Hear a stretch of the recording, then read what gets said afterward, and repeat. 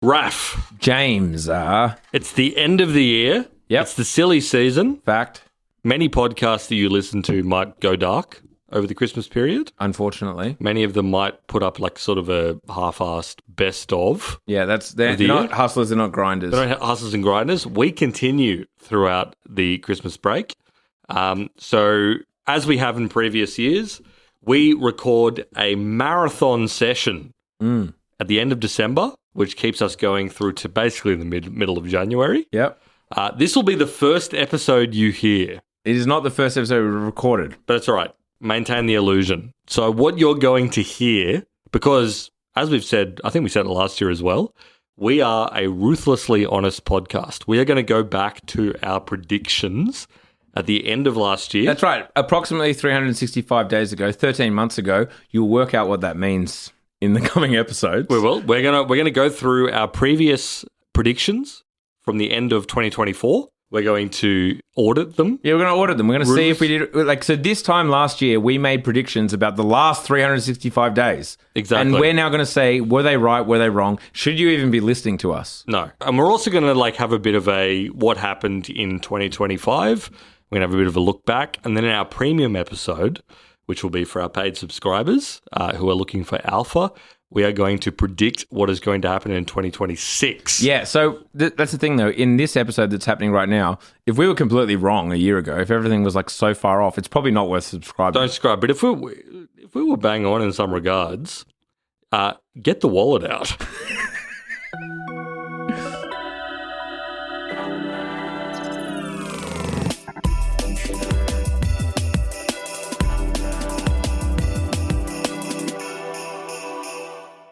Folks, let's look back at what did we say? I'm worried. I'm not worried because we in the car on the way here. Yeah, we vaguely looked over them. We actually discussed this. So I actually went back to our episode, which was recorded, I think, on the 23rd of January. That is 2024 of January. Oh, sorry, of December. That's getting real silly. We cut it real fine to Christmas. Actually, in retrospect, I was a little bit worried about some of the predictions that we made, but I went back. I read the transcript. Didn't listen to the episode, but I put it through a voice to text so I could read it. Mm-hmm. I also put it through multiple AI systems to give an objective analysis of our predictions. And as we know, AI is going to be totally objective and never say It's never going... It's never going to try and appease you. It's never going to appease me. But I also read it myself and gave it an objective thing. I put it through both OpenAI and Claude as well. So no Gemini? I didn't put it through Gemini. Okay, take it with a grain of salt then, for sure. But I'm going to go back now. We're going to go through and read everything we said on the 23rd of December, 2024. Before we get into it, let's reflect on what you think 2025 was like. I think it was not as exciting as last year. Yeah. I think there was a lot of machinations. I think... if I had to try and summarize it, I feel like, and I don't even know if this is factually correct, last year was a year of bans on tech and big, huge stock market volatility and movements and hype and this kind of thing. And this year was more recently, I guess, slightly more trepidation, but B, more incremental. I'd say this whole year was more incremental. It was walking back maybe some of the broader geopolitical things. It was more incremental in trying to work out, rationalize where we're at. Treading water, into a certain extent. I'd say treading water, walking back, not being as big. That's how I kind of feel. My big takeaway is that 2025 was a era of the AI build-out. So, the big stories of 2025 were obviously the AI boom, but it is the build-out period of the AI boom. So all the big stories we had were some variation on NVIDIA is doing really well. They're selling a whole bunch of chips. The major companies, be they Google or be they data center companies, Meta, whoever else, basically saying in their quarterly earnings, our focus right now is building out the infrastructure. No, you're we right. Need to You've do. thought about this more than I have. Yep. Yeah. No, but our focus right now is building the infrastructure to do what we need to do at some variant point in the future. So if you're an average person who doesn't follow tech news, you have probably in 2025 not seen a dramatic difference in the way that you do anything. Yeah. Obviously, the world that we live in is a post-ChatGPT world. That was like the biggest event of the past 5 years in terms of tech, was the release of ChatGPT. That happened at the end of 2022. 3 years ago. 3 years ago. This year, 2025, the main story has been companies like Meta, like Google, like NVIDIA, all the companies that are like associated with NVIDIA, building out the infrastructure they need to make the AI moment effective. SK Hynix. SK Hynix, yeah, that's a down around story. But if you're an average person who's like using this stuff, whether at work or personally, I don't think you would have seen like a massive difference from 2024. No, unless you're someone who kind of took it up halfway through the year or whatever. Yeah. Like if you're following this stuff and doing it, your professional life probably hasn't changed dramatically. It has. If you're a software developer, probably you have. But if you're like an average person working in, no one wants to hear this shit. Let's just get to the predictions. No, all right, cool. But like, I just want to set the stage for what we think 2025 was. Yes. Yeah. True. Okay. Fair enough. But I feel like we'll get into it as we go through the predictions. We'll talk about these things. Cool. Sorry to interrupt. No, it's all right. All good. I'm just keen to be like, all right, let's hear how we did. So I'm going through sequentially what we said in the 2024 predictions episode. We predicted that NVIDIA's dominance was going to continue through 2025. You said, I think NVIDIA was still a long way from the end of that run. I think in 2025, there's still enough time to run on demand for their chips, and they're going to continue selling them. And then you said, I don't think next year they're going to double in terms of their market cap, their stock value. I think they're going to be up 30 to 40%. What did they finish up at? 30%. Woo! That is a down round dub. That's a rough dub. That is alpha. That is literal alpha. That's not alpha. You nailed it. You just squeezed in 30%. They increased since not over January 1st, but like since you said that. Since the recording, it was 30%. I think it might have been slightly under if you calculated it as a January 1st. If Google's TPUs hadn't come out. Yeah, okay. I mean, look, that was the story. But let's go back. Like at the time, I feel like the NVIDIA bear case was like pretty big. It's like it can't possibly keep growing at this. Oh, everything has been priced in. Yeah. All NVIDIA growth has been priced in. And we've said this all year. Like if you look at the order books, like they're sold out. Like it's got nowhere to go. Yeah. But people are going to keep buying it. It's going to keep being sold out. They're going to keep being able to increase prices. Like they're going to make money. It is what it is. Yeah, happy to take a victory lap on that. Not financial advice. So obviously, sorry, just to reiterate, obviously not financial advice. I'm sure I said it at the time. I'm predicting them to go up by 30 to 40%, not financial advice. That's crazily financial advice, what you said. But that's all right. But yeah, makes sense. Played out. Very happy with that one. We'll take it, folks. But again, you just look at there's a lot of hullabaloo about this stuff. Like they couldn't possibly go, they're overvalued. Look at the craziness, blah, blah, blah. It's like, yeah, but actually look at the numbers and people keep buying it. It keeps going up. Yeah, I mean... It wasn't as crazy as it was before because, yes, a lot more was priced in, but sure. Now, I'm happy to... Obviously, that last 3 minutes was just pure victory lap stuff, right? I know, but it is also a fact that, and we're going to get into this in our premium episode talking about what the next year is going to be, but I think the general vibe right now is... There are some like risks to the NVIDIA dominance. As again, absolutely, we're talking about the most valuable by market cap company on earth. Yes. Think about everything ever. This is like a $4 trillion market cap plus company. And as if you're a long time down around listener, you would know that we have talked about over and over. This is a company that started as a company for video gamers, for PC gamers. Yeah. To be able to run fucking Neverwinter Nights 2 on PC at the crispest frame rate and resolution. And now they are currently the engine of the global economy. I just want to pause and have you think, isn't this a bit crazy? Let's wait for our predictions episode. And if you picked up, I said not financial advice at all, but I mean, surely you would have paid to have that information. Exactly. If you're hanging on around, Raf nailed it on the 30% thing. Moving on. 12 months. Oof. There were a couple of other minor things that we talked about that were just like, you said NVIDIA demand will level off unless the Blackwell chips are absolutely exceptional. That's a quote that you made. I mean, we still haven't seen the Blackwell generation of chips really like percolate into the AI economy. There's no AI models that have been trained on it. Yeah. So that's we'll hold that as like a future thing. See what happens. Yeah, well, I mean, I think they've- if anything, like, look, I'm obviously biased towards my own opinions. The fact that places like Anthropic and Meta are buying Google's TPUs suggests to me that the demand, there is a slight leveling off there because because Blackwell, as I said, reportedly it's not as predictable in its training as other things. As that people are having a couple of hiccups. So sure, we'll move on. That's not a full dub, but it's like, yeah, directionally something there. Yep. So next point that you made. Am I making all the predictions here? And actually, a lot of these have come from you. You said, this is a quote from you. Intel is fucked. Yep. And then I replied, Intel looks very fucked. And then you suggested that, and this is a roundabout way of getting a dub, but you said, here's a prediction. Some part of Intel is going to be bought by someone else this year. Yep. And then you said possibly by freaking Qualcomm or Broadcom. Second part, not true, but the first part... Bought by the American government. By the US government, which Yeah. has taken a 10%, I think 10%, right? Yeah. Stake in Intel because, as we've talked about multiple times, Intel, the chip giant, the classic chip company that's US-based, the US government has focused on it as the way of building some domestic capacity. Yeah, to build chips. Obviously, again, full context, a lot of you would know this, some of you won't, fair enough.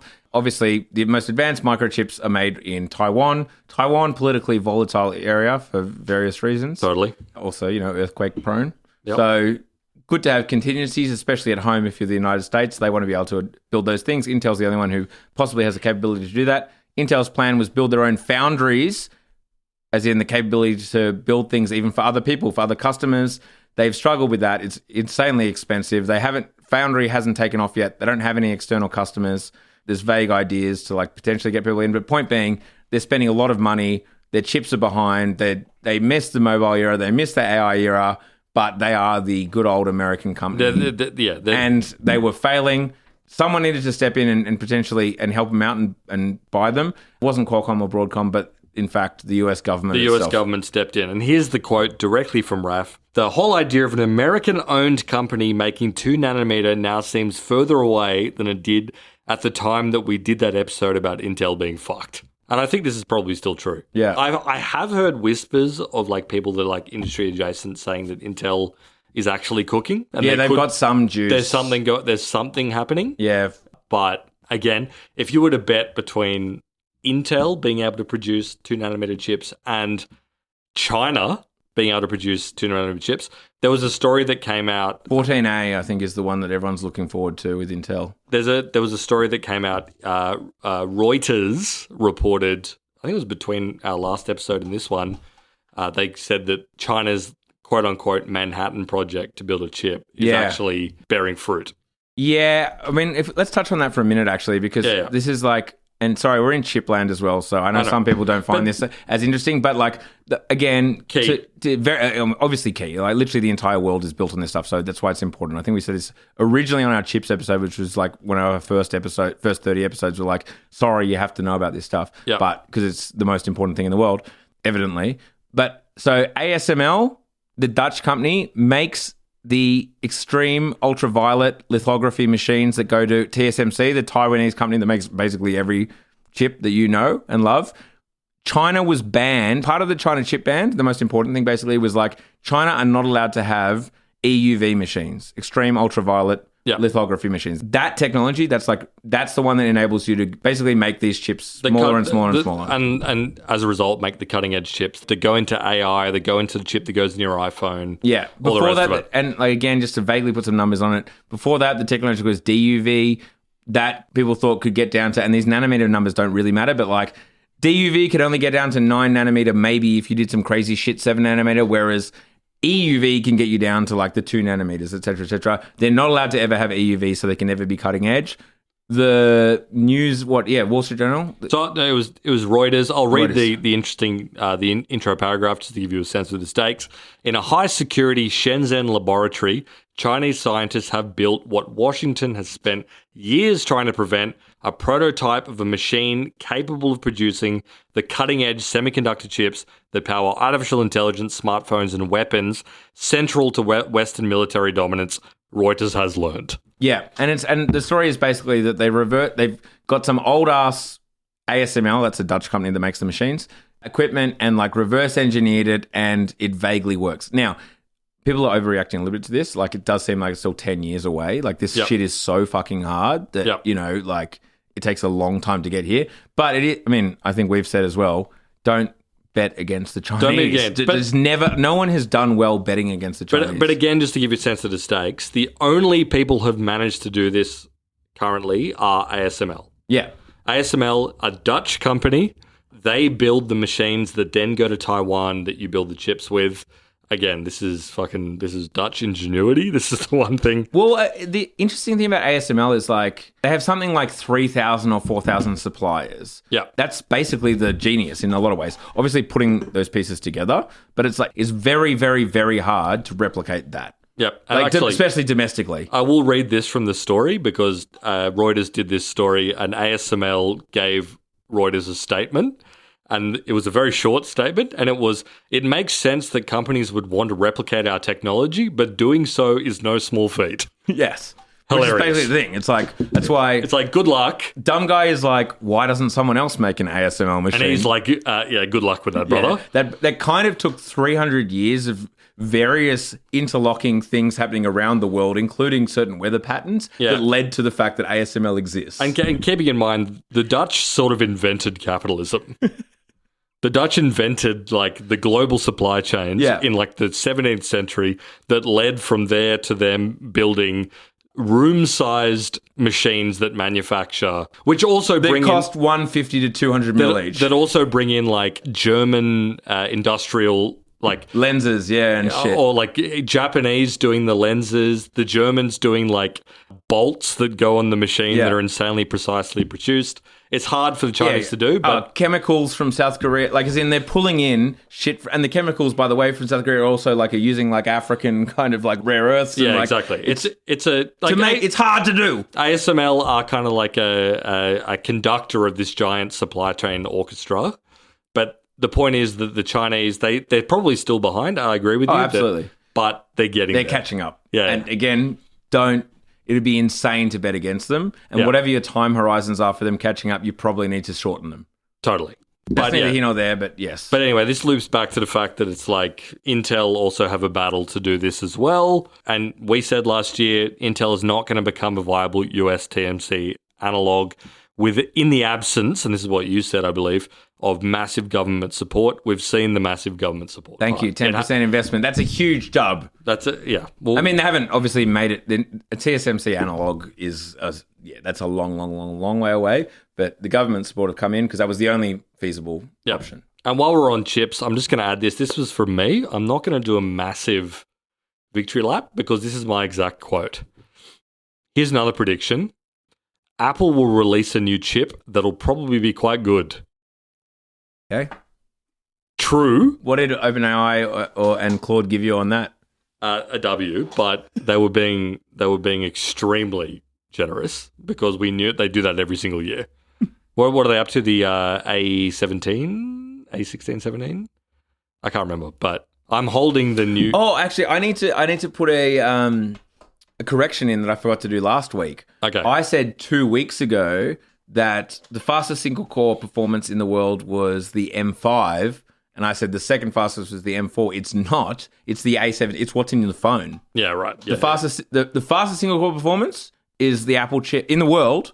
Is the Apple chip in your laptop? The second fastest is the one in your phone. Yeah, totally. So I actually have I think it's A17. I now have a new iPhone 17. 17. It speaks to the lack of innovation that we forget what number they're up to. Yeah, 17 Pro Max. I got the orange one. You know, you're citing it. Yeah, it's It is beautiful. bright orange. Beautiful. I came from like the 15 Pro Max or whatever it was. A19 is the current. A19. chips. Sorry, I There you go. apologize. A19 is in the iPhone 17. Yeah. It's friggin' confusing. And is there 13 months in a year. Is the average person who has this phone getting the most out of the A19 chip? I would say probably not, but they persist nonetheless. Yeah, that was that. I'm going to take a minor dub on something that was almost guaranteed to happen. That's not dub worthy. In the absence of a world war, that was going to happen.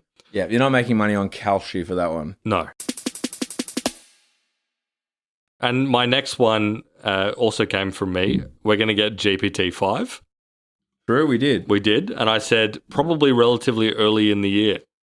It was in the back half. It took a long time. But I will say, and this is what we can talk about, I said I don't think that we're going to see a agentic AI system that is like widely distributed in tech and the economy. I agree with that. We haven't seen it yet. Yeah, I mean, okay, here's two thoughts. Yep. The one place one could argue is in like the vibe coding space. I don't know if that's proliferated throughout the economy, in that is somewhat agentic in that it's like multi-step process. When we say agentic, I guess in some ways it's probably good to define what we mean by agentic. In my mind, it's like AI produces something and then either another AI or whatever looks at that output and then does something with it. Is that even more simply, you could say you can tell an AI to do something, generally speaking. It can go off and do it in a multi-step process, action it and make something happen without your like repeated inputs. Yes. So I think vibe coding is that. Yeah. I don't know if you could call that proliferated through the economy. And in some ways, it's almost good to like separate coding from the rest of AI. Yeah. Because like in the world of agentic AI fucking booking your holiday, obviously, it's like that shit doesn't exist and is not work. It's not. There's nothing that the average consumer could trust to a agentic AI system that would be useful to them. But simple things. There are things that we should be able to do, which is like work out what the school holidays are in New South Wales this year and put them in my calendar. That's like, that doesn't feel that complex. No. But it's impossible right now. Yeah, and like to do it in a way that then presents itself through your regular things. The caveat I would say is that the vibe on the street from your average person who's like a software developer really engaged with AI, they think that Claude Code plus Claude 4.5 Opus, which is like the latest model from Anthropic, is the one right now. Because Claude Code can like do stuff on your computer, change files. That's what I mean. Like vibe coding is very agentic. Saying like, build me an app that does this. I do this all the time at the moment. Yeah. Build me an app that does this, and it gets most of the way there. It takes 5 minutes, 10 minutes, whatever, when you first say it. Like that's agentic. And it's cool as hell. But it's not, that's not proliferated through the world. No, and the average person would not know what that is and not how to use it. But I'm telling you, and we might talk about this a bit in our predictions for next year. But based on the vibe and myself using it a bit and looking at it, like the tools are there and they're happening in the backdrop, and it's happening in the software development world. Yeah, like people they've gotten to a point in the software world where they say to Claude Opus 4.5. Do this, they go away, it works for 40 minutes, they come back, it's come out with a really interesting, good, effective output. Yeah. I think that's actually a step forward. Oh, no, literally like my job, the last 3 weeks or so, a lot of what my job is kind of coming up with ideas and and communicating those ideas. And it's not building a finished product. Yeah. But what a year ago would have been a deck with like some suggestions is now a prototype. Yeah. And that's because I'm using a lot of Gemini. I can just whip it out. I can whip up a prototype that isn't just a few slides on a deck. It's like, here's what it feels like. Here's what it looks like. This is a janky version. Yeah. And like, that's probably, at least the speed with which you can do that is probably in the last 6 months. Yep. Like less. It's probably basically from Gemini Pro 3 and Claude Opus 4.5. Yeah. I will give myself a tentative dub on the sense that... So here's the other... I said I had two things. On the flip side... Okay, is this not agentic? And this has been around for years now. Going to Google or Facebook and saying, I have this product, here are some headlines, here are some videos, and here are some images. Find customers. To me, that's agentic. And like, we don't think of that as agentic, but that's been around for years. And that is like probably the most impressive agentic AI behavior, because, it's using machine learning and whatnot to like find that the person who's most likely to purchase. Like, that's very impressive. We just don't think of it as like an AI agent. So that is like, because OpenAI is not doing it. It's friggin' Facebook and Google. But like, that is agentic. Yeah. And we've been talking about Darren for ages. Like, that is the future of advertising more and more and more. It's the president of advertising, but it's, that's like highly agentic workflow. Yeah. Here's my product. Here's some lines about it. Here's some assets. Find me people who will click purchase and I just get money. Yeah. No, I agree. And even, I'll be honest with you, I said it at the beginning of the episode, but I took a transcript that I took through a speech-to-text AI, which was Mac Whisper. I translated our whole episode that we did last year. I dropped the .txt file they dropped in, which had separated out the speakers. It was me and you, and did that pretty well. I dropped it into both Claude and I dropped it into GPT 5.2 Thinking, or whatever the current one is. And I said, go and fact check everything we said. And it was very funny. I looked at the reasoning chain that 5.2 did, and it got stuck in a crazy loop where it was like doing Python scripts on the text to like find out. It took 19 minutes. It did it totally by itself, was burning capital that OpenAI has taken from people. And then after 19 minutes, it came back after doing internet searches, doing all the rest of it, and gave us a W or L for every claim we made in the story. Right. And I look at it and I'm like, we did it as a joke, and I'm amenable to it because it was quite positive towards it gave me a few L's, which we'll get into, but it gave references for everything that it read through the piece. It did a whole bunch of Python scripting. It reasoned to itself like, is this a WRL based on information we have? Like, that is really impressive in agentic, right? Yeah. Here's a whole heap of shit. Go and research it and work out what's true and false. Now, if you look at that and say, how do you apply that in like a replicable way to like a business that makes money? Like you can trust. You run into problems at every step. Yes. But for me as an individual person, that's fucking impressive. Oh, this is the thing with AI, and this is why you have this like interesting intersection where it's like, it's undeniably cool that 3 years ago we couldn't create images and videos and like long form of text. We couldn't do it, and now we can do it. But the whole story has been, and it's kind of this year's story, and I'm sure it'll be next year's, is like working out like, where does this fit into the economy? Into the economy, exactly. And if you are the Commonwealth Bank or you're Microsoft or you're like a big business, how does that at the bottom level turn into, we've increased our revenue on a yearly basis, we've increased our productivity, and then again to like the national level, has Australia improved its productivity as a result of this? Is GDP has been affected at all? It's very jaggy. But on an individual basis, I go, that's cool. Yeah. That would have been a real pain in the ass a while ago. Yeah, totally. So look, we'll get into this, I think. Because also it's low stakes, right? Like whether if it giving us a W or an L on a podcast is low stakes. Incredibly low stakes. It's a perfect use case. For us, it's a status game. It's whether we are correct in the eyes of our viewers. And to be clear, we are also evaluating this from our own human meat brains. So don't think we're relying entirely on AI response. Anyway, so I said, when I don't think we're getting agentic AI throughout the economy in a meaningful way. I said I don't think we're getting that. No. Well, what's OpenAI say to that? What's ChatGPT give you on that one? That's a good question, actually. It evaluated you saying that agentic AI won't be trusted for serious business workflows in 2025. You said some variation of that. It gave us a dub. It said AI chats are being used for personalization and ads, but that's not an autonomous operational control. Broad rollout of truly agentic, high-trust automation in regulated workflows did not happen in 2025. Agreed. Thank you, GPT 5.2 for saying that. Thank you for your service. And this feeds to our second question, which I think is relevant, which is, in 2025, I said this, consumer-side AI gains are going to feel marginal. And I actually think this is the big story of 2025. I think you absolutely nailed that. Because I basically said that, they're going to improve the models. You're going to get the next version of ChatGPT, ChatGPT 5. They got that. Yeah. We're going to get a new version of the Anthropic models. We're going to get Gemini 3 from Google. Yeah. But for the average person, it may as well have been nothing had happened. Yeah. Image generation got a little bit better.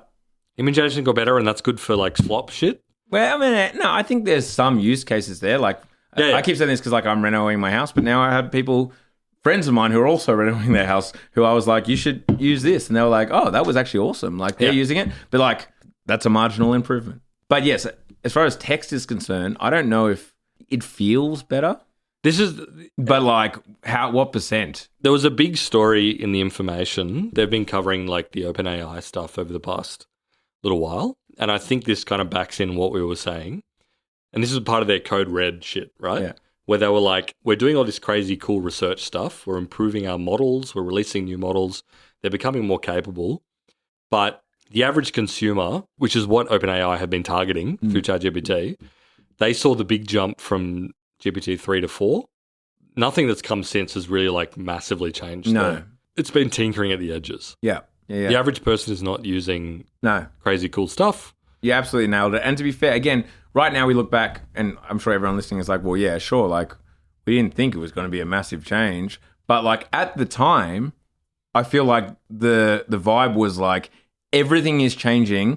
2026, everyone's lost their jobs. That was almost like the vibe. And I would say we were a voice of reason being like, I'm not going to take too much of a victory lap, but like, but that was it was way hotter environment back then. Oh yeah, it was way more around the like everything is going to fundamentally change, jobs will be lost, blah blah blah blah. I think that was a great dub, mate. Well done. You'll bang on. The consumer benefits to AI haven't been a huge leap forward. Most people wouldn't have noticed them. No, they wouldn't have noticed, especially if you're just like using it as a fucking personal therapist or whatever. Oh yeah, I mean, in comparison to going from 0 to 1.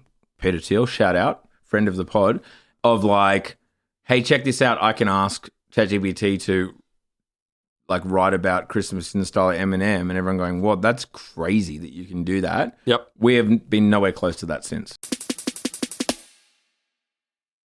Okay, so there were two predictions that I made. I said AI progress in 2025 is going to be driven by interfaces rather than the models, which is kind of like a follow-on from what I was just saying. I said I think we're going to see a lot more refinement over the next year in what the AI interfaces are, something different from chat. I'm going to give myself an L on that because I don't think we actually saw anything. We're still in chat mode. But I will say they're trying. I will say that like Claude Code could be it. Yeah. Okay. Again, for developers. The only way you could twist that into a dub would be like things like Sora being released, right? And Meta Video. Yeah, like new platforms that are specifically for a different media form. But yeah, I mean, the predominant way that everyone uses AI is still chat. It's still chat. And to be honest, I'd be less likely to predict that now. Yeah. It almost feels like chat is like locked in. Chat's it. Again, if you're listening and being like, what the fuck is Claude Code? Claude Code is from Anthropic. It runs through like the Claude models. It runs from the terminal, which is like the command line on your Mac or your whatever. Everything you do on your computer is actually just some code running in terminal. Exactly. It's just like a visual version of that. Exactly. Yeah. So it runs directly from that, and you can like point it to the folder which has all your software development project, and it can run through like your project structure and all the different pieces, edit stuff, change things. Like go through the hierarchy and fix it. You can, and this is what people are figuring out. It's like it's not just for programming. No, you can get it to do stuff all through your computer. I've used it for this, and to be frank, like whilst Anthropic were the first ones to release it, both OpenAI and Google have their own command line interfaces which can do this. But like for example, I had it batch rename a bunch of files. You know, like you can just in terminal you can just say like, here's a folder full of files. I need you to rename them this way.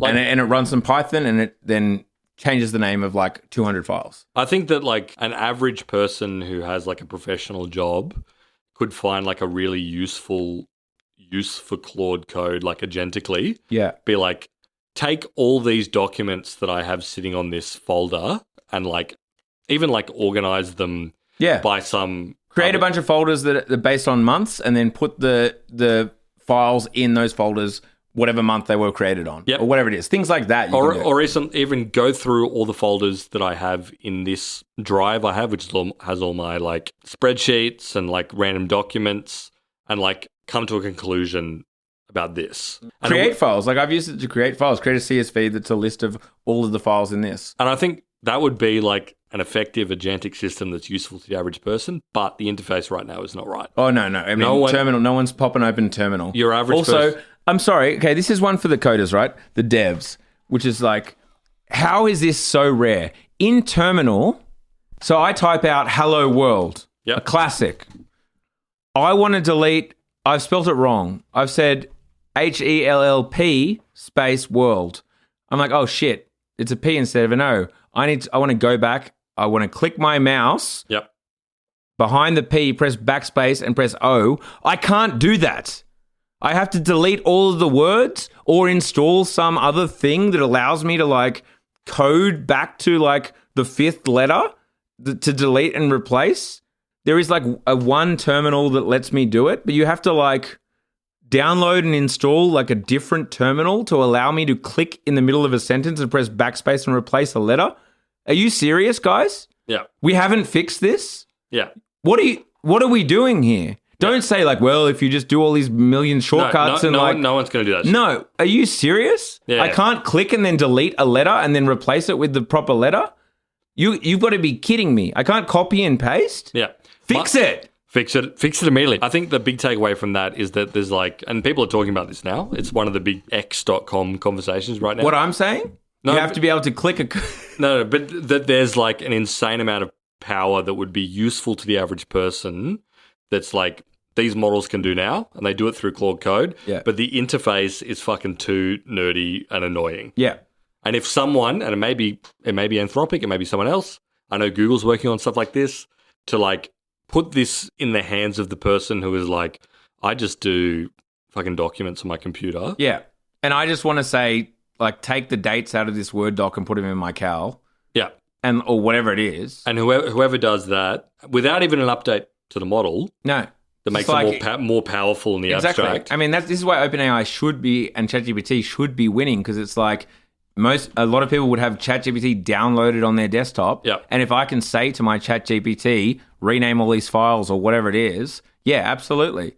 Or whatever it is, photos, like find photos with the metadata of Berlin and then put them in this folder. You know, like there's all kinds of things you could do with that. So that's that. I mean, I'll give myself a W on the fact that I said consumer-side AI gains are going to feel pretty marginal, and that the big holdback is going to be UX. That's what I said, and I think that's been one of the big stories of 2025. You said... Well, I said that Google is not going to be forced to break up Chrome. They're going to arrive at some annoying technical solution. I don't think that happened. But then you said, my gut tells me that it ain't going to happen. It just kind of goes away.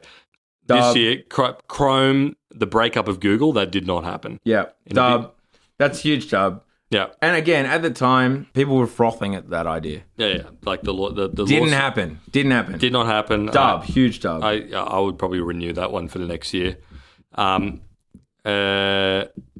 We both agreed after I prompted you that Threads is probably not going to overtake X. Okay, now we're in interesting territory here, because this goes back to a 2-year-old prediction of what will be the biggest text-based social media app, Twitter clone or whatever.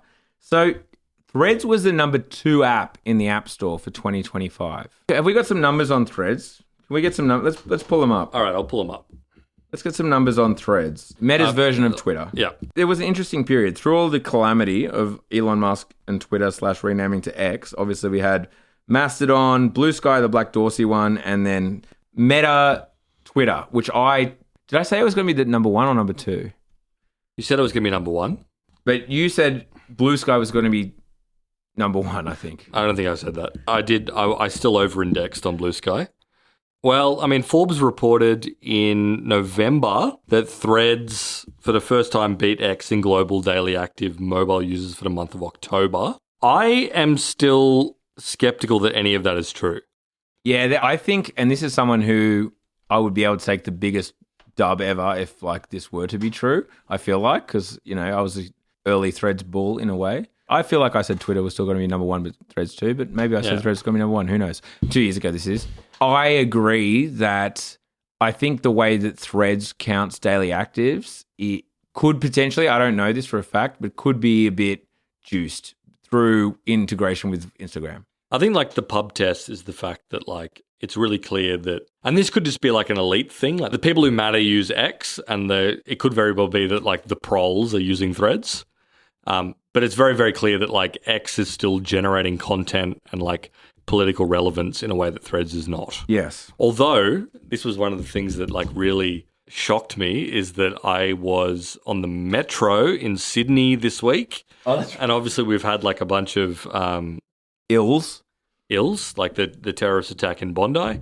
And I watched someone who was like scrolling through, I don't think it was the hashtag or the topic or something, and was like reading stuff about what was going on after the Bondi stuff on Threads. Yeah.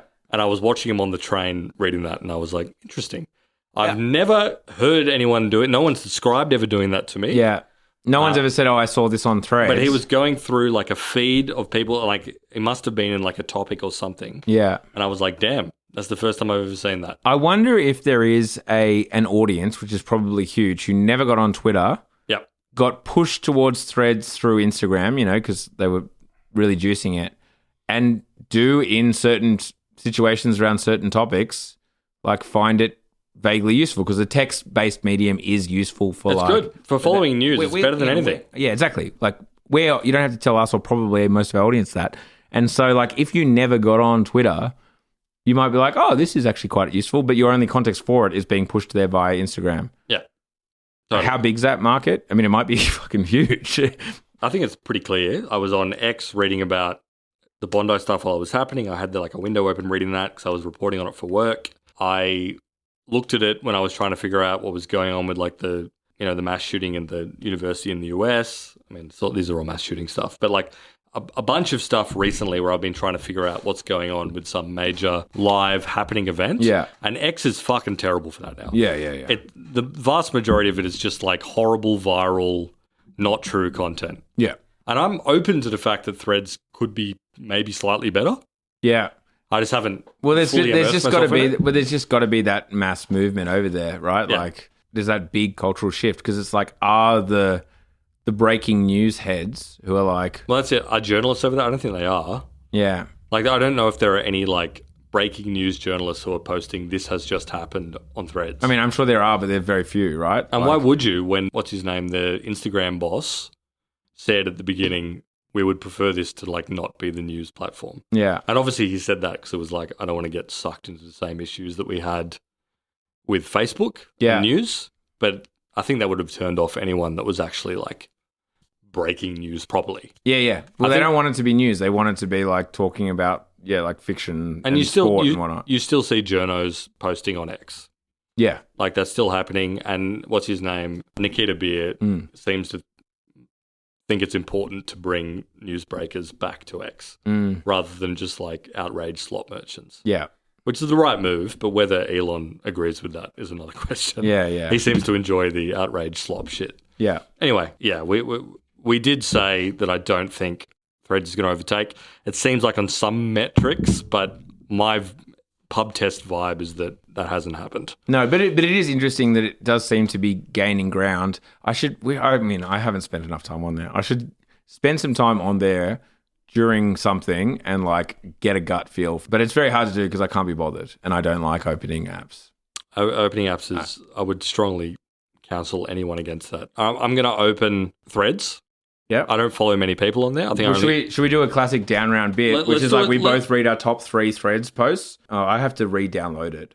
It's the cloud button next to it because let's be frank, I haven't opened it in a long time. We'll do the classic down round bit where we both read our top 3 Threads posts. We'll go one for one. Let's do it. I have to reinstall. I assume it's going to be based more on Instagram. I don't use Instagram that much either, so it could be basically complete. I've been logged out. I don't think I've followed a single person organically on Threads. It's I've been logged out from everything that I follow on Instagram and Facebook. Okay. Oh, they've changed the UI. It looks more like, it's like what's new is up the top now. Okay, cool. Right. Go. What's your first one? Rest in peace, Lamar Wilson. Never met him, but you could just tell how wonderful he was from everyone he interacted with. That was a tech YouTuber who died. Okay, never heard of him. All right. Your turn? My one. Meta just announced 2 AI models. They're called Mango and Avocado. Cute names. But behind them is a year of chaos inside the company. Let me tell you what happened. Obviously, there's a thread there. Okay. So a bit of Twitter stuff. Next one. So I got tech emails, but this is like the same as this is internal tech emails, which is the Twitter account. Oh, yeah. So they're just doing a thread February post. 2016, Sam Altman, we're going to need more than what I was originally budgeting. It's like a Sam Altman email between Sam and Elon Musk. from 2016, which is like, yeah, that's it. I think it's literally the same account. So it's just, doing internal tech emails. Yep. And the next one for me is trigger warning, Jeffrey Epstein. I've got an Epstein post as my third as well. Go on. This is the most insane one yet. Unbelievable. Then a link to a page on the Department of Justice. So obviously that's like, again, I guess that's news. That seems like a person who's going crazy, but it's news. I have Dye Workwear, the men's fashion guy who again, he's on Twitter. The Epstein Files as Rick Owens fall/winter 2024. And it's kind of like, blacked out pages of the Epstein Files and then someone in like an insane Rick Owens kind of black outfit. So cool. Very we're getting quite general kind of stuff. Other than literally the first post for me was like the least relevant to me. It's like literally a guy I'd never heard of who died and someone saying they were nice. Yep. And that's not optimized. And the third one for me is someone who's posting in, I guess this must be like the community on Threads for Pluribus, the Apple TV show. Okay. And they said thoughts on Pluribus, and then they have a whole sentence that has like a Threads native censorship thing where you can hide part of your post for people that don't want spoiler warnings or shit. Right. A feature I've not seen before. It's a good feature. Look at it. It's like a weird... Oh, it's all like, it's like a moving, kind of looks like a virus. But again, I mean, maybe this is Meta's advantage, because I don't think I've looked at any Pluribus content on Meta or Instagram. But it knows that you've watched it? But I am watching it. So again, this is something X doesn't have. This is why people think their phones listen to them. Full-on surveillance state. They know I'm watching the show. So I'm empowered to you, Mark Zuckerberg. You've done it. Anyway, I don't think it's where culture or anything is happening right now. It's a weird one, isn't it? Yeah. The market is, and maybe we said this time, and to be fair, Zuck said it's a slow burn. We're not looking at like taking over the world now. I genuinely think the market is basically like Zoomers and people who never got on Twitter. Yeah. Slowly getting on it. And again, I think we've talked about this in the past, if you're someone who wants to engage with like current affairs, text-based writing, whatever, if you sign up for X blind, I reckon in trouble. That is a rough fucking onboarding experience. Yeah. Because the app is just going to show you Elon Musk posting about fucking race war. Yeah. And then just like the most psycho memes and shit that you could imagine. Weird memes and like weird threads by people in Nigeria and India attempting to monetize to make money. And again, if you again, a reminder, if it was 2018 and you sign up for Twitter, it would be like, would you like to follow the New York Times? Exactly. It would be Maggie Haberman. Yep. Saying, look at what Trump's done recently. And here's a link to some reporting. Anyway. Prediction. We'll move on to the next prediction. I said about Meta, by the end of 2025, I reckon they will have flipped the switch on letting you generate and post AI content directly in these apps.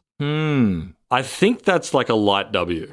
I think that's a light W as well. Because, I mean, they have segmented it slightly. Yeah. Like it's in its own app, but they're letting you create AI content and post it onto a feed. Yeah, and in WhatsApp, definitely. Yeah, I mean, they created their own app. That failed, obviously, pretty badly, the Meta AI video app. But, it's tentatively there. Yeah. Not to spoiler alert, but not that I've thought of my predictions, but like that's happening next year. 100%. That's the big button will be there for sure. Yep. Then this is a long running down round theme. This might be a slight L. This came from you. There will be a time where Meta then allows advertisers to like put the user with the bum bag, I guess that's what we were talking about, in an ad. Yeah. Not there yet. It's not there yet. Again, but it's happening. A bit early, but it's happening. And the idea here being, again, if you're tuning in for the first time, and I get that this is harder than we make out, but it's like I give Meta my product. It's a hat or a bum bag or a belt or whatever, and then I'm scrolling and I see myself in the belt and I can buy the belt. Yeah. Hasn't happened yet. But it's coming. It's coming. It's a tentative L. I would join you as predicting that for next year. I reckon it probably will happen in 2026. So we're moving down. Like we're getting closer to the end. So, bear with us. This one, I'll take a massive dub on this one. I said, we're going to see some streaming movement next year, some consolidation and deals. Streaming. Yeah. Streaming. And there you go. That's a huge dub. That's a dub. Netflix purchasing or making a bid for Warner Brothers Discovery. That's probably the biggest consolidation you can imagine. That's it. That's done. And we also said Netflix will remain the dominant platform. I mean, that's probably less of a dub, but, it all feeds into them making the acquisition. Yeah, that's a big dub. You should definitely take a round, like put the hands up for that one. Like, big consolidation within streaming, big. Well done. That's the biggest one that comes. And then you said, I don't think the business model of the smalling streamer platforms works. There you go. That's also a dub. Feeds into it. Great. We'll have to see what happens there. Although, I mean, since last week when we talked about it, it seems like the strategy right now on the Netflix Warner Brother deal is that Netflix has rejected the Paramount hostile bid. Yeah. And their claim was they don't think they can pay for it. They don't think that money is real. Yeah. And Jared Kushner, which is obviously Donald Trump's son-in-law, his fund has pulled out of the deal. And they've used that as an excuse to say, look, all of these kind of contributions to this all-cash acquisition from Paramount are fucking fugazi. Yeah. It's not happening. It's not happening. Whereas we have Netflix, massively highly valued company. They can pay for this through their weird stock deals. Deals. Yeah. They're making money. They're going to make it happen. Cool. We made a bunch of predictions on gaming. Okay. That was obviously the flavor of the moment. We said that the Switch 2 was going to come out. I mean, I'm not going to give us a pat on the back for that one. I think that was in the same world as Apple will release a new phone. And that was going to be better. I did say, weirdly, I said the PS5 Pro is going to be a niche product. It's going to underperform expectations. Bang. Correct. Okay. It has underperformed expectations significantly. And the other one is the long-running Raf Dixon prediction in the gaming space, which is that Xbox is going to further decouple from the hardware business. Mm-hmm. You said of Satya Nadella, he doesn't think of it as a discrete segment. He considers it a workload on cloud infrastructure. Yep. Microsoft is going to make a much bolder move into Xbox, not as a console, but as being like a universal platform. That's big. That's folks. played out in a big way. Thank you. Thank you, everyone. Thank you. Heard it here first. It's possible we're going to get a... That's yet another absolute banger prediction. And in fact, you said that back when I didn't agree with you. You said that probably 18 months to 24 months ago. Yeah. That it didn't make sense and it was going to be gone. I said Xbox was dead. Yeah. As a console, as a platform. Why are they in it? At the time when none of you believed me. Yeah. True. Facts. Thank you. Sorry, I'll stop taking a victory lap, but also I'll take a victory lap on that. Thank you. This is why you listen to Down Round. I know we might just be shooting the shit, but come on. Yeah. How often are there L's? A couple of times, evidently. Evidently. There's some big dubs. We've got a few of them. Okay, sorry, I'll stop. It's very hard to not take it. But it's good. It's really clear based on what they're talking about that they want to be platform agnostic, basically. Microsoft's sick of being third behind Nintendo and Sony on the hardware sales. They had a big moment during the Xbox 360 era, and it's been downhill from there. And I think it's really clear that Microsoft long-term thinks they've obviously got some mental model, which is like cloud streaming, generative AI. They clearly think that like actually making a box, which is an Xbox, is not the way to go. And you can see they're a services business. They want to be a service. They're releasing a handheld, which is made by Asus. It's not made by Xbox proper. They're clearly migrating to a world where it's like the PC model. Like they might make one in the same way they make a Surface, but they would love it if, Asus, all the other... If you could buy Xbox games on PlayStation. Yeah, no, and that is happening. Like they're distributing at the PlayStation. They would prefer to be... But ideally, you download the Xbox Store app on PlayStation. This is not happening, but like they want to be like a Steam, but like cross-platform kind of Steam thing. Although I will say, as well as streaming platform, etc., etc. I'm still suspicious about whether in the long run that pays off paying $70 billion for Activision. Oh no, Blizzard. I think that might have turned out bad. That was only made sense if streaming gaming made sense, and I think that it's become clear. And to be fair, I was like, I wouldn't say bullish on it, but I was like, that's the only direction they can go. Like that, it's either that or bust. Do you reckon they're writing down the goodwill on the Activision Blizzard deal? I haven't had a look at that in the earnings. I don't think they've written it down yet. I don't think you can. It's still got a lot of value. It's got a lot of brand value, etc.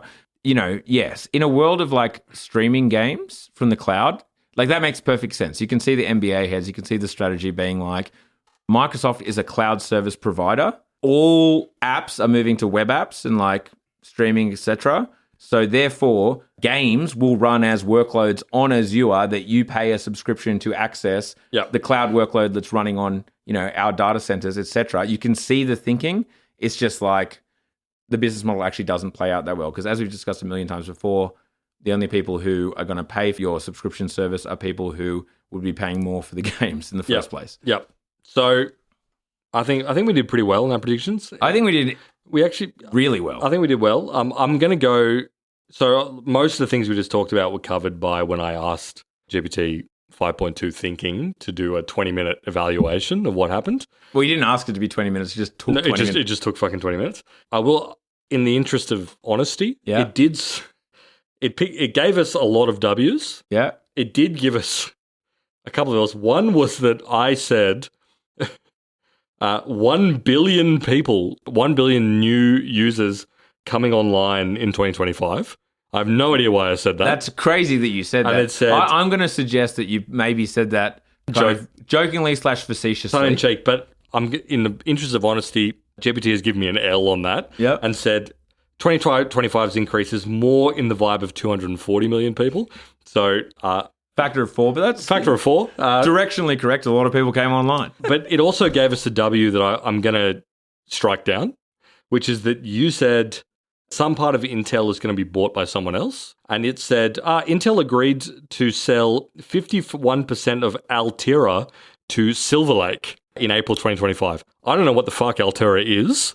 Being Bought- opticals? I don't know. I don't know. And technically true, but I don't think anyone knows anything about that. That's directionally, that is not what I was talking No, about. you weren't talking about that. You were objectively not talking about that. But anyway, obviously there's lots of conversations about... Sorry, did you... So I looked Look up Altera? Yeah. What is Altera? Well, it's a major FPGA player. Oh, FPGA. Yes, field programmable gate arrays. Okay. Not gate arrayed, gate arrays. Data arrays. Wasn't familiar with the company. I don't think it raises to the level of what you were talking about. But yeah, no, I think 2025 was a real. It's an infrastructure build out era. Obviously, all these. It's worth $9 billion. What the hell? Okay, well, all right, maybe I'll give you that then. $9 billion is it's a chunk of change. Yeah, it was an infrastructure build out era. Obviously, all the conversations right now are about: is it a bubble? Is it not? Yeah. And that's because it is a year when everyone has just spent a fuckload of money. Yeah. In fact, it's really funny. I saw someone posted this. There was like OpenAI put out a video, which was like Greg Brockman, when he's one of the core OpenAI stuff. It was like a video that was kind of pitched as the music, the production was all like promo, marketing. And it was literally Greg Brockman being like, every problem we have is because we don't have enough compute. And I don't think that problem is getting solved soon. But it was done with like inspiring music and cool, slick production. And I was watching it like, this is not promo. He's basically saying that We're fucked. they won't have enough money to like serve basic services to you as a customer. They didn't even show any features or anything. It was him being like, this sucks and it's not being fixed soon. And I think that's probably the story of 2025. Yeah. It sucks a bit. We're working on stuff in the background, but all the benefits are some distant point in the future. Yes. I will say, actually, another theme of 2025, and this is real back end of the year, but you're hearing it more and more, folks. I'm going to put a vague down around dub. We've talked about being lacoon pilled and like more and more being like LLMs aren't it. Yeah. I would say in the last, even like 2 months, but 2 to 3 months, it's almost now accepted wisdom. Yeah. I would say is that like, We need something else. we need something else. The world model stuff, the like genuine intelligence, blah, blah, blah. That vibe, I think, is like mainstream. Yep. And I think that the other story, which we've alluded to a bit over the year, which is just like Google coming from catch-up mode to Yep. frontier mode, and now Google are really clearly arranging their entire business around it and are like up with the big dogs on like the research side. Yeah. Like I don't think anyone would suggest that Google is like insanely behind Anthropic or OpenAI. No, the criticism is always around product. And it's like, can they make it happen on product? That's the conversation. But like, you're never going to hear a conversation from now, which is like Google are behind. No. And I'm going to absolute down around dub because I feel like 2.5 years ago, we were like, Google are the ones here who have the entire thing. Yeah. And like, yeah, the Google story is now again accepted wisdom. Now it's like, okay, Google's inevitable. They're coming, and I don't see how they lose from here. And I feel like 2.5 years ago we were saying they're behind, but I don't see how they lose. Yep. And there was, in fact, the information reported that both at Google and inside OpenAI, there was a feeling at the beginning of the year and the end of last year that like ChatGPT was going to destroy Google search. Like, it wasn't just OpenAI thinking that, but like Google internally were like, it's going to destroy us. And the vibe right now is like, nah, it's not. Yeah. Like, we still have the advantage. The distribution from going to google.com is massive. Again, I'm going to take another downer and dub on this because I feel like literally the phrase that we've been repeating is like google.com becomes ChatGPT before ChatGPT becomes google.com. Yeah. In fact, that's the simple equation. They've updated their domain buys. If you go to google.ai, it takes you straight to AI mode on google.com. And I think that's just a signal of like the day we decide to flick it over, you're done. Yeah. Anyway, so that was our review of 2025. But if you want the alpha, I mean, having heard what we just described. I mean, come on, folks. We were predicting market caps with accuracy. The stock increase of NVIDIA, you just got over the line, but you got over the line. Oh, come on. Just got over the line. 30%. Who's predicting a 12-month market cap Yeah. within, that level of accuracy? Very no true. one, folks. No one was doing it. So Someone call Warren Buffett. Someone ask him. call him. He'll answer. He's got nothing else going. He's an old man. But if you want to hear our predictions for what 2026 is going to look like, I would encourage you to jump on downround.net, subscribe to Downround Premium. And if you have friends that you want to bring in on the party at the frontier, the edge, the alpha, buy them it for Christmas as well. This might come out after Christmas, so it might be too late. But there's nothing wrong with a late present. No. Get into it, folks, and we'll find you after the break. Love it.